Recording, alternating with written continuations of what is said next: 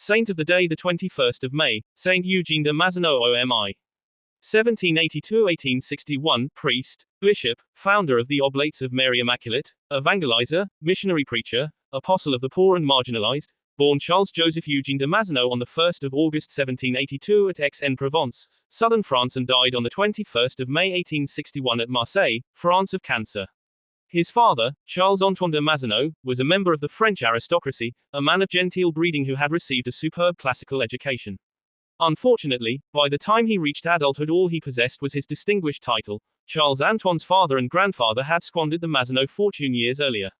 His mother, Marie-Rose Joannis, on the other hand, came from a family that was solidly bourgeois and very rich.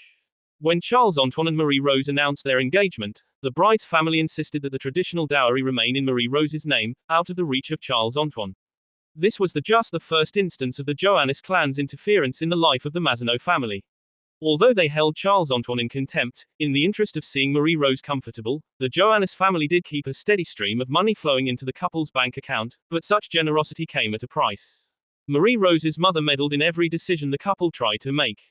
Her emotionally unbalanced aunt demanded constant attention, and the Joannis women took every opportunity to humiliate Charles-Antoine by reminding him that he had come into their family penniless. On August 1, 1782, in Provence, Eugene de Mazenod was born into this wretched family. While he was still a little boy, his family's dysfunction was further complicated by the French Revolution that claimed the lives of thousands of aristocratic families. In 1791, to escape the guillotine, the Mazenods fled to Venice. 4 years later, Marie-Rose walked out on her husband and her son, returned to France, and filed for divorce. Once the divorce had been finalized, she wrote to her ex-husband, "Now you have nothing."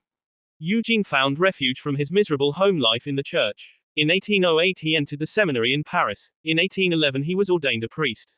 He asked to be assigned to work among the poor country people in the south of France. His superiors granted his request, in part because this was his home region and he spoke the local dialect. The French Revolution had caused tremendous disruption to religious life throughout the country. Those bishops, priests, monks and nuns who had not been killed were in exile or had disgraced their vocation. Churches and schools stood abandoned. Convents and monasteries lay in ruins. An entire generation had grown up with virtually no religious instruction.